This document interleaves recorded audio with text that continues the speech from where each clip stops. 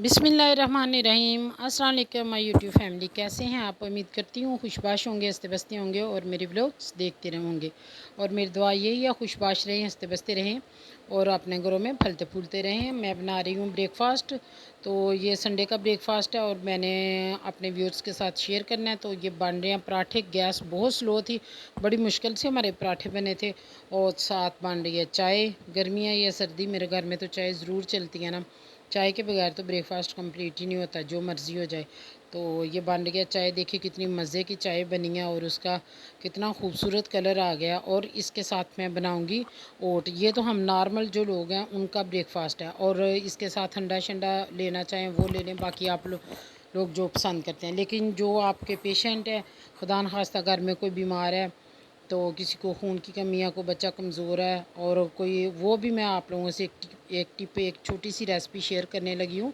और उसको ज़रूर देखें और फॉलो करें और कमेंट्स में मुझे बताना कि आप लोगों को कैसी लगी है। और जो बच्चे कमज़ोर हैं, अगर उनमें खून की कमी है, दिल उनका कमज़ोर है, चक्कर आते हैं, तो उनका ब्रेकफ़ास्ट जो है वो उसके दिन का आगाज़ दलिए से करें। दलिया मीन के ओट एक बहुत हेल्दी, बेनिफिशियल और कुदरती ख़जानों से माला माल है। अगर मैं ये कहूँ कि ये vitamins, minerals, calcium, magnesium, iron का भरपूर ख़जाना है तो गलत नहीं होगा। तो ये मैंने लिया मक्खन अपने हस्बे ज़रूरत, और 4 टेबलस्पून ओट मैं बना रही हूँ। मक्खन को थोड़ा सा पिघला के उसमें मैंने डाल दिया दलिया। दलिए को मैं थोड़ा सा सोते करूँगी, भून लूँगी। मीन के भूनने का मतलब ये है कि थोड़ा सा उसको इतना कि मैं भून लूँगी कि जो एक कच्चापन चीज़ का होता है ना, हर चीज़ का एक कच्चापन होता है पकाने वाली जो होती है, तो वो ख़त्म हो जाए।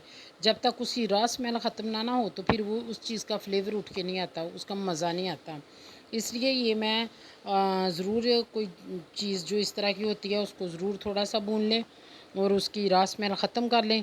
तो उसको भूनने के साथ आप इतना नहीं भूनना कि वो जल जाए, नीचे से लगना शुरू हो जाए। अगर फिर वो फ्लेवर बिल्कुल हट जाएगा, फिर असल चीज़ जो है ना, जो असल मकसद है वो भी ख़त्म हो जाएगा और जो हम बना रहे हैं उसका टेस्ट भी ख़त्म हो जाएगा। इसलिए आराम से उसको मीडियम टू लो फ्लेम पे उसको भून लें। फिर उसमें थोड़ा सा पानी ऐड करें। दूध में नहीं बनाना, थोड़ा सा पानी ऐड करना है। फिर शुगर ऐड कर लें, आप जो लाइक करते हैं, मीन के चीनी या शक्कर वगैरह। तो फिर उसमें पकेगा थोड़ा सा, फिर उसमें दूध ऐड कर लें। तो दूध, इसको थोड़ी देर पकाएं तो इसके साथ ये हमारा मज़ेदार बन के ओट रेडी हो गया। ज़रा परहेज़ी खाने मुश्किल होती हैं लेकिन होते बहुत बेनिफिशियल है। ये इसकी फ़ाइनल लुक है। तो आप इस तरह बनाएं और मुझे कमेंट्स में ज़रूर बताना कि ये आपको कैसा लगा। तो मिलेंगे किसी और वीडियो में और रेसिपी के साथ। खुश रहो, खुश रहने दीजिए, जियो और जीने दो। और अपनी दुआ में रखिएगा याद। देखते रहें मेरे व्लॉग्स और लाइक शेयर सब्सक्राइब ज़रूर करें। अल्लाह हाफिज़।